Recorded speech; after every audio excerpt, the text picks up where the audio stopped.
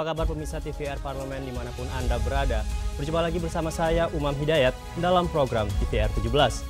Tepat pukul 17 waktu Indonesia Barat, kami hadirkan kepada Anda sejumlah informasi paling baru dan menarik seputar kinerja dan kegiatan DPR RI yang telah disajikan oleh redaksi TVR Parlemen. Pemirsa TVR Parlemen, inilah TVR 17 edisi Jumat 23 September 2022.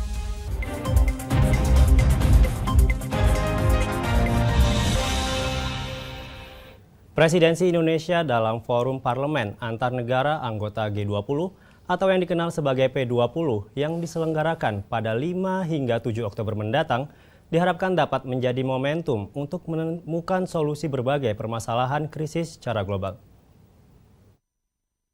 DPR RI menilai P20 yang akan diselenggarakan di Jakarta pada tanggal 5 sampai 7 Oktober 2022 merupakan momentum dalam penanganan krisis global, baik dari segi ekonomi maupun perubahan iklim.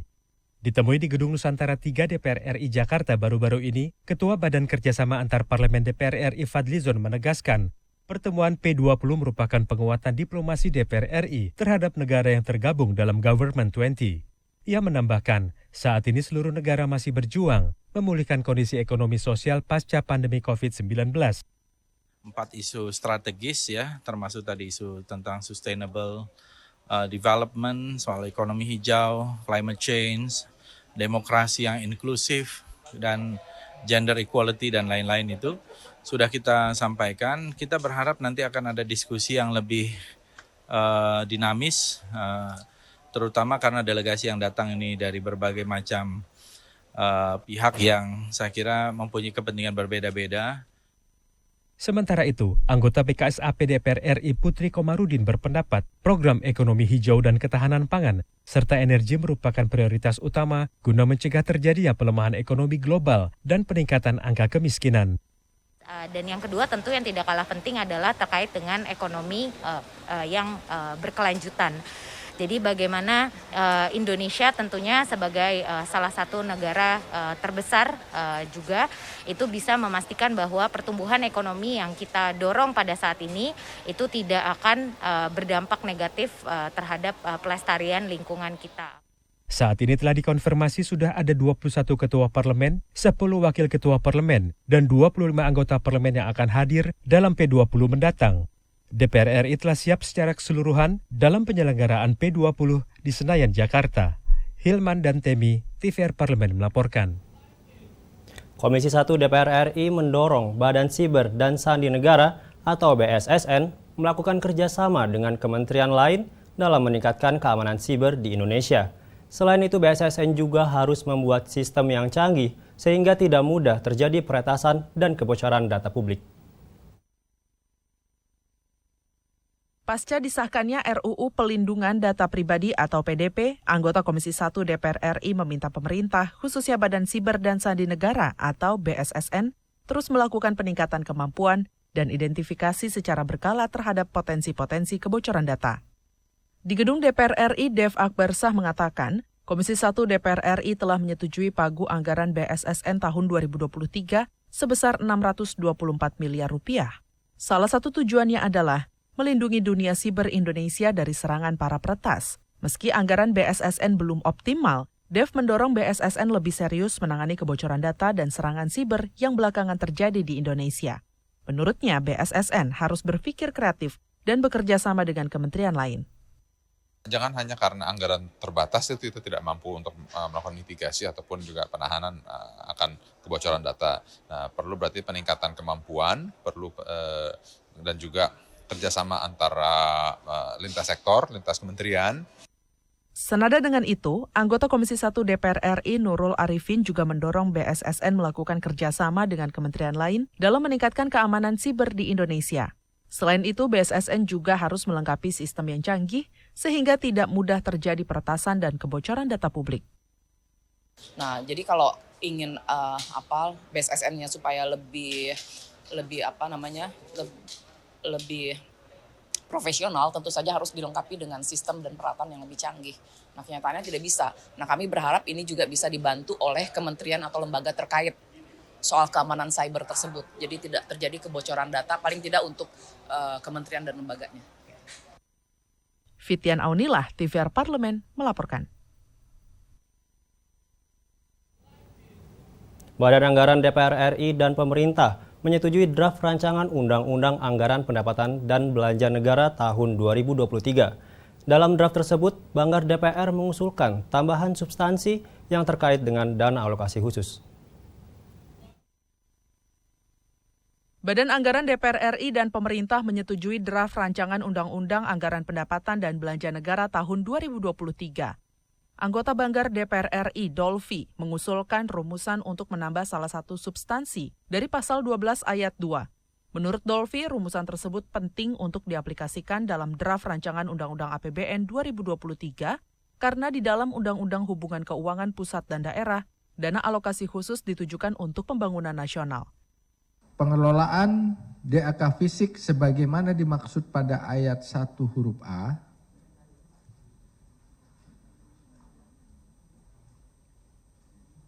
dilaksanakan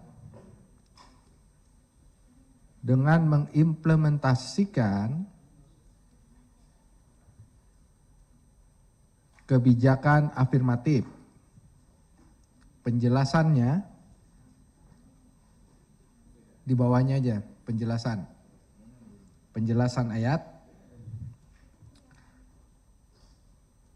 Kebijakan afirmatif dimaksud adalah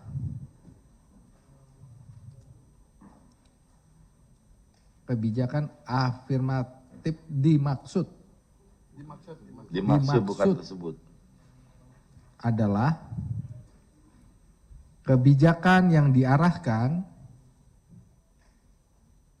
untuk mempercepat dan memperkuat pembangunan daerah. Dolfi mengingatkan tambahan substansi terkait kebijakan afirmatif dari 5 tujuan DAK fisik tersebut ditujukan untuk memperkuat 2 hal, yaitu pembangunan daerah dan perekonomian daerah. Dari Senayan, Jakarta, Ila dan Bari, TVR Parlemen, melaporkan. Melalui pembentukan panitia khusus atau pansus tenaga honorer, DPR RI berkomitmen segera menyelesaikan persoalan status tenaga honorer menjadi P3K. Informasi lengkapnya sesaat lagi, untuk itu tetaplah di TVR 17.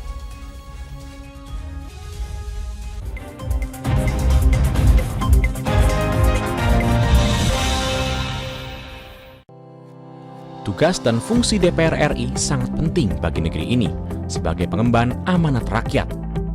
Namun tidak banyak yang tahu apa saja fungsi dan tugas dari DPR. DPR mempunyai 3 fungsi pokok, yaitu legislasi, anggaran, dan pengawasan.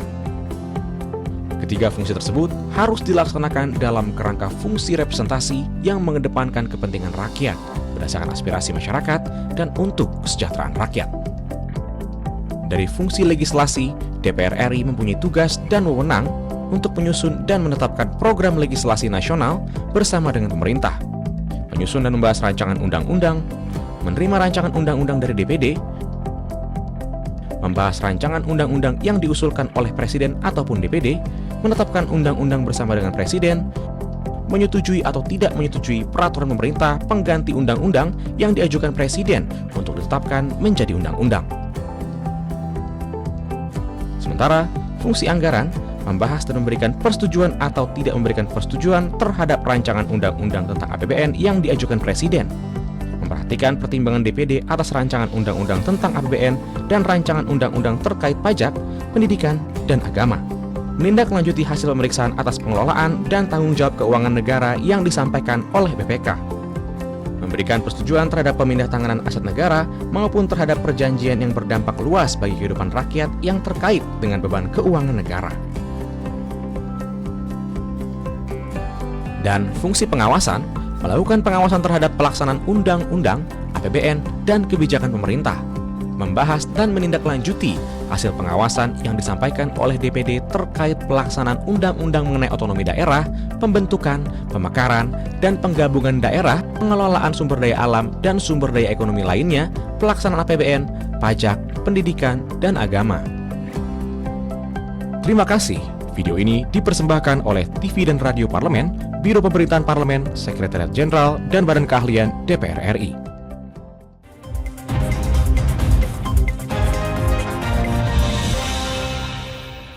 Kembali di TVR 17. Pemirsa, Komisi 2 DPR RI menilai rencana pemerintah untuk menghapus tenaga honorer di penghujung tahun 2023 harus dilakukan dengan hati-hati. Pasalnya kebijakan tersebut dinilai berpotensi menimbulkan gejolak pada semua lini pemerintahan. DPR RI melalui Pansus Honorer akan memastikan solusi terbaik terkait perubahan status tenaga honorer menjadi P3K, sehingga ada kejelasan tentang ketersediaan anggaran negara dan mengenai peraturan teknis penerimaan. Berikut ini laporan mendalam yang telah dirangkum oleh tim redaksi TVR Parlemen dalam segmen Editorial Parlemen.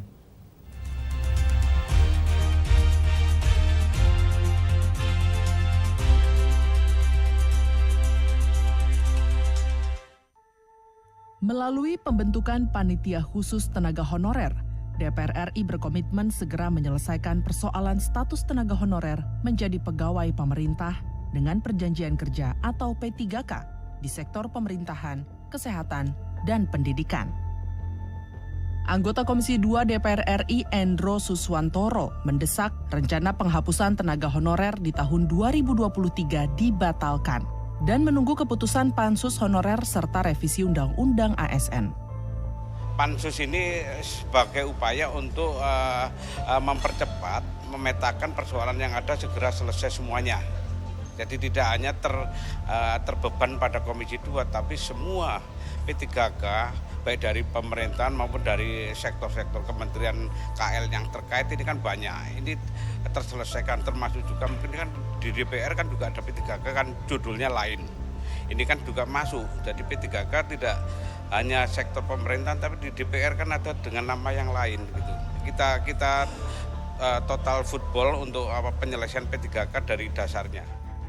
Sementara itu, anggota Komisi 10 DPR RI Sodik Mujahid berpendapat, percepatan penyelesaian status tenaga honorer ke P3K harus dilakukan secara komprehensif. Ini memang masalahnya harus kita tuntaskan. Masalah honorer ini selama ini penanganannya parsial, Komisi 2 saja, Komisi 9 saja, Komisi 10 saja, Komisi 8 saja, atau Komisi 4 saja. Nah, sekarang kita ingin dituntaskan dengan sebuah tim kerja yang terpadu, kita pansus, dan juga nanti kita bisa bertemu langsung dengan semua stakeholder, termasuk stakeholder pemerintah ya, Mendikbud, Menpan terutama, Mendagri, dan semua kementerian yang terkait. Sementara itu, anggota Komisi 2 DPR RI Guspardi Gaus menilai rencana penghapusan tenaga honorer oleh pemerintah adalah keputusan yang rawan menimbulkan gejolak. Guspardi Gaus menilai rencana pemerintah menghapus tenaga honorer di ujung tahun 2023 harus dilakukan dengan hati-hati. Pasalnya, kebijakan tersebut dinilai berpotensi menimbulkan gejolak pada semua lini pemerintahan, mulai dari provinsi hingga kabupaten. Ya, akan menimbulkan dinamika terhadap para honorer yang ada di berbagai lini pemerintahan itu. Intinya adalah jangan sampai menimbulkan gejolak, jangan sampai menimbulkan dinamika. Tentu kita sangat berhati-hati dalam menyikapi kebijakan kalau memang ada dalam tanda kutip akan menghapus tenaga honorer. Komisi 2 menilai perlu ada strategi khusus dari pemerintah terkait penyelesaian status tenaga honorer baik dari segi ketersediaan anggaran maupun payung hukum, sehingga kesejahteraan tenaga honorer di Indonesia dapat meningkat. Anggota Komisi 2 DPR RI Bagus Adi Mahendra Putra menyarankan Kemenpan RB membuat skema target penyelesaian dan tim khusus untuk mempercepat penyelesaian status tenaga honorer. DPR RI melalui Pansus Honorer akan memastikan solusi terbaik terkait perubahan status tenaga honorer menjadi P3K, sehingga ada kejelasan tentang ketersediaan anggaran negara dan peraturan teknis penerimaan. Bagaimana kita menyikapi honorer ini adalah bagaimana kita menyusun skema. Ya, berapa sih jumlah honorer yang semuanya yang ada, sudah itu tahapannya kayak apa, yang sudah tentunya penjenjangan karir ini yang harus ada. Dan saya mengapresiasi sebagai apa yang disampaikan kemarin oleh Pak Menteri, bahwa beliau akan menyusun tim khusus yang kemudian dia akan membuat planning bagaimana program kerja terkait dengan penanganan honorer melalui P3K ini. Nah, sehingga saudara-saudara kita yang di honorer ini bisa lebih cepat mendapat kepastian akan masa depannya dia. Itulah target kita di Komisi 2 dengan mitra kerja, sehingga hal tersebut, keadilan itu dan masa depan, kepastian masa depan itu bisa segera terwujud pada pegawai honorer. DPR RI berkomitmen akan mengoptimalkan kinerja panitia khusus untuk menangani masalah tenaga honorer atau non-ASN dan fokus mendalami secara intensif terkait permasalahan tenaga honorer kesehatan, pendidikan, dan instansi pemerintahan untuk memberikan kejelasan status dan peningkatan kesejahteraannya. Tim Liputan TVR Parlemen melaporkan.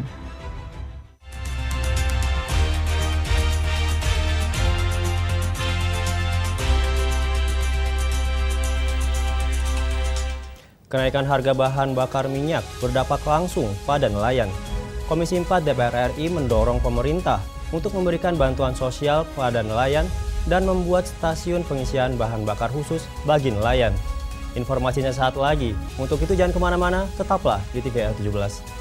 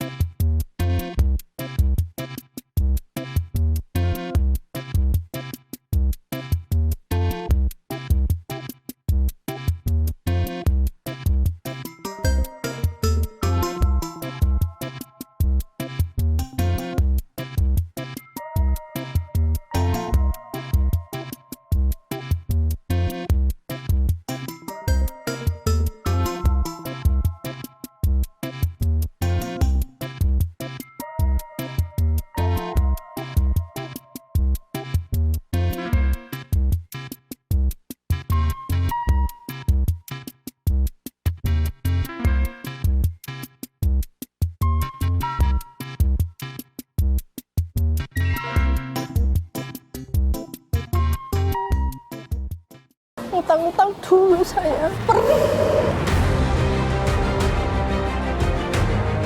Mereka yang tidak cukup paham teredukasi bagaimana menyuarakan aspirasi demi memperoleh jawaban. Sini ditambang untuk seperti itu, warga sini tidak mengizinkan. Sebab apa? Itu menyangkut isi perut kami semua. Hadir menelisik mulai dari hulu ke hilir. Mengapa?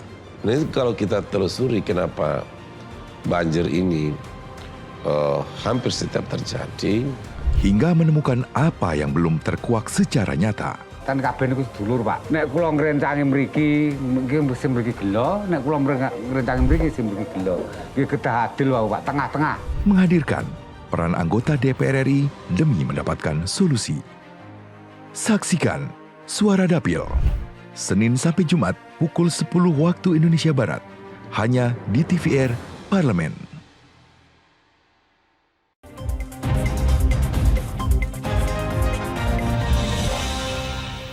Kembali di TVR 17, kenaikan harga bahan bakar minyak yang diberlakukan pada 3 September lalu berdampak langsung pada masyarakat termasuk bagi para nelayan. Untuk itu Komisi 4 mendorong pemerintah untuk memberikan bantuan sosial pada nelayan dan akan mengawasi penyalurannya.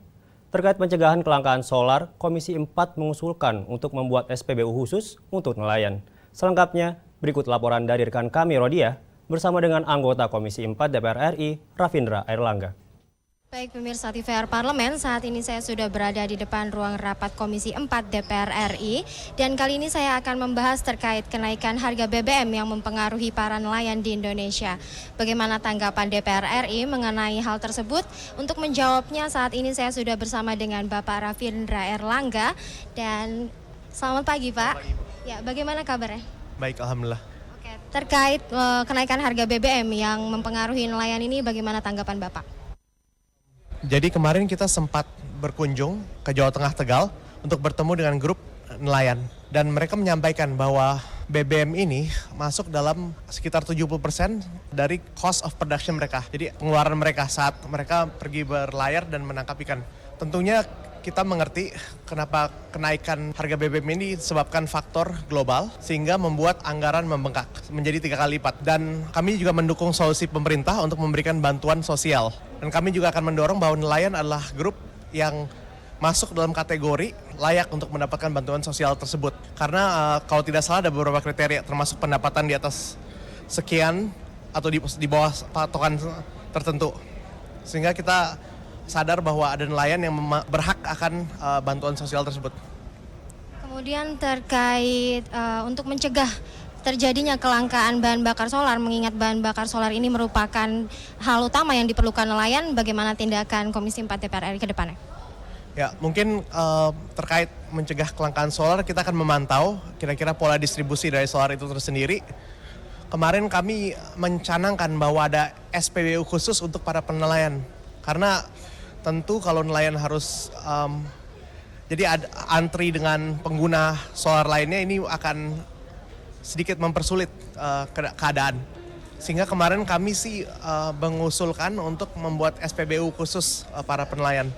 Kemudian untuk bantuan langsung tunai yang diberikan oleh pemerintah, bagaimana Komisi 4 DPR RI ini memastikan agar bantuan langsung tunai tersebut tepat sasaran? Tentu kami akan terus mengawas. Kami mendukung langkah pemerintah memberikan bantuan langsung tunai, apalagi dengan harga kenaikan BBM. Kami akan mengawasi dengan memastikan bahwa grup-grup yang menerima bantuan sosial sesuai dengan kriteria-kriteria yang telah dijabarkan oleh Kemensos, termasuk terkait dengan pendapatan dan lain sebagai hal. Oke, baik. Yang terakhir, bagaimana harapan Komisi 4 DPR RI ini terkait kenaikan harga BBM yang mempengaruhi nelayan? Tentu kami berharap kondisi global ini semakin membaik. Namun kita percaya bahwa Indonesia adalah negara maritim, 2/3 dari wilayah kita adalah laut, sehingga potensi maritim kita sangat besar. Dan kami berharap bahwa situasi ini segera mereda seiring waktu. Baik, terima kasih Pak atas wawancara. Iya. Baik, terima kasih. Dan pemirsa TVR Parlemen, itu saja wawancara saya dengan Bapak Rafindra Erlangga. Dan saya melaporkan dari depan ruang rapat Komisi 4 DPR RI. Saya Rodia, kembali ke studio. Selanjutnya pemirsa, apa saja yang menjadi topik perbincangan di media online pada hari ini? Usai jeda, tetaplah di TVR 17.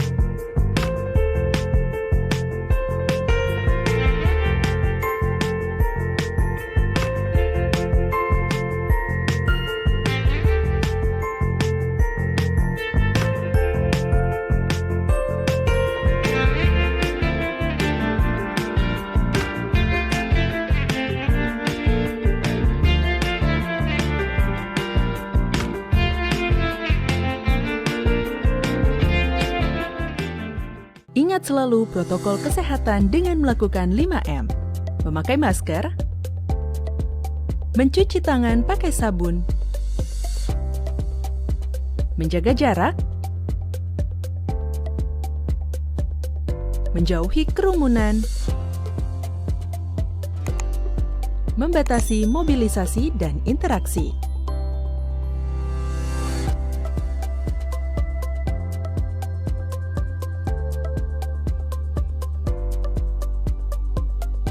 Dipersembahkan oleh Biro Pemberitaan Parlemen, Sekretariat Jenderal DPR RI.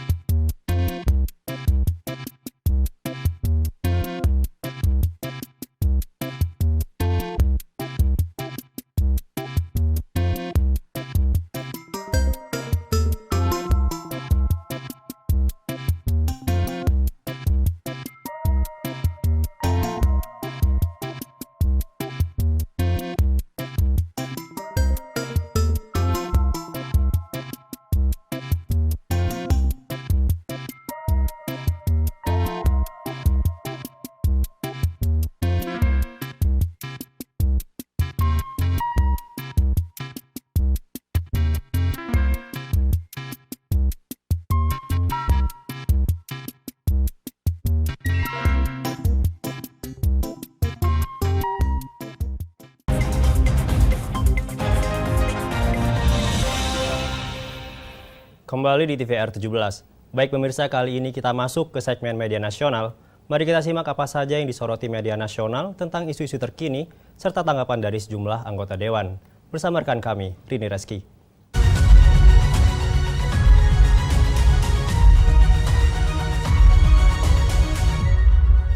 Selamat sore pemirsa dan terima kasih Umam dan pemirsa TVR Parlemen. Mari kita bahas apa saja yang menjadi headline media online pada hari ini. Yang pertama pemirsa datang dari Komisi 3 DPR RI yang meminta Lukas NMB penuhi panggilan KPK. Kita bisa lihat di sini dari beberapa media dan di sini berita pertama Komisi Pemberantasan Korupsi atau KPK meminta Gubernur Papua Lukas NMB yang telah ditetapkan sebagai tersangka untuk mematuhi panggilan pemeriksaan. Dan juga anggota Komisi 3 DPR RI pemirsa Habibur Rahman mengatakan Lukas NMB harus menghormati dan juga memenuhi panggilan KPK. Di sini Habibur Rahman mengatakan Lukas NMB bisa menyampaikan pembelaan atas penetapan status tersangkanya saat diperiksa oleh KPK. Dan ia meminta Lukas NMB memaksimalkan haknya yang telah diatur dalam undang-undang. Di sini tentunya KPK diketahui telah mengirim surat panggilan kepada Lukas NMB pada 7 September 2022 lalu. Namun dalam panggilan tersebut Lukas mengirimkan kuasa hukumnya. Dan Pusat Pelaporan dan juga Analisis Transaksi Keuangan atau PPATK menyampaikan hasil analisis transaksi keuangan terkait Lukas NMB yang kini berstatus tersangka di KPK. Dan di sini pemirsa PPATK menemukan transaksi setoran tunai kasino judi menyangkut Lukas NMB senilai 55 juta US dollar. Tentunya pemirsa ini bukan angka yang kecil ya, 55 juta US dollar atau setara dengan 560 miliar rupiah yang disetorkan secara tunai dalam periode waktu tertentu. Dan di sini pemirsa anggota Komisi 3 DPR RI yaitu Arsul Sani juga meminta Lukas NMB bersikap kooperatif dan tidak mangkir dari panggilan KPK. Ia juga meminta agar KPK tak boleh kalah dengan adanya aksi jalanan dari ribuan massa pendukung terkait pengususan kasus Lukas NMB. Dan Arsul di sini menegaskan bahwa kasus yang menjerat Lukas NMB murni perkara hukum dan juga bukan faktor politis. Oleh karena itu pemirsa dirinya meminta agar KPK harus fokus untuk membuktikan terkait kasus tersebut dan dapat diselesaikan secara tuntas. Nah, berita selanjutnya pemirsa yang juga menjadi headline media online pada hari ini masih datang dari Komisi 3 DPR RI yang prihatin atas OTT terhadap Hakim Agung. Di sini kita bisa lihat juga dari beberapa portal media yang beredar hari ini, kasus korupsi kembali menyita perhatian publik. Kali ini menjerat Hakim Agung Sudrajat Dimyati yang ditetapkan sebagai tersangka karena dugaan suap pengurusan perkara di Mahkamah Agung. Di sini pemirsa anggota Komisi 3 DPR RI yaitu Santoso merespon kalau kasus ini dan ia prihatin pada hakim kini tidak lagi bekerja menegakkan keadilan, melainkan bekerja sesuai bayaran. Di sini juga Santoso mempertanyakan perilaku para hakim lainnya, mengingat Sudrajat yang notabene merupakan Hakim Agung dan telah mendapat fasilitas serta tunjangan tinggi masih tetap menerima suap. Sebelumnya KPK melakukan operasi tangkap tangan atau OTT mengenai kasus suap pengurusan perkara di Mahkamah Agung. Satu orang Hakim Agung bernama Sudrajat Dimyati ditetapkan sebagai tersangka. Tentunya di sini Ketua KPK Firly Bahuri menyebut OTT tersebut merupakan tindak lanjut dari laporan masyarakat yang diterima oleh KPK. Dan sementara itu pemirsa anggota Komisi 3 DPR RI lainnya yaitu Benika Harman mengatakan kalau wakil Tuhan saja begini, kemana lagi pencari keadilan harus berharap. Di sini Beni semakin heran karena perilaku atau pelaku tertangkap oleh KPK merupakan Hakim Agung, bukan hakim biasa. Mengingat proses seleksi Hakim Agung yang dilaksanakan secara ketat melalui tim seleksi Komisi Yudisial dan juga DPR RI. Namun pada kenyataannya pemirsa, wakil Tuhan pun bisa tetap melakukan korupsi. Ya, semoga masalah ini cepat selesai ya pemirsa, dan tentunya tidak ada lagi kasus OTT tangkap tangan ini menjerat wakil-wakil Tuhan yang dikirimkan untuk kita memberantas korupsi secepatnya. Baik pemirsa, itu tadi headline media online pada hari ini yang saya sampaikan mengenai Komisi 3 DPR RI yang meminta Gubernur Papua yaitu Lukas NMB memenuhi panggilan KPK. Juga berita perihal penangkapan Hakim Agung yang terkena OTT KPK. Sekian dari saya Rini Reski, kembali ke rekan Umam.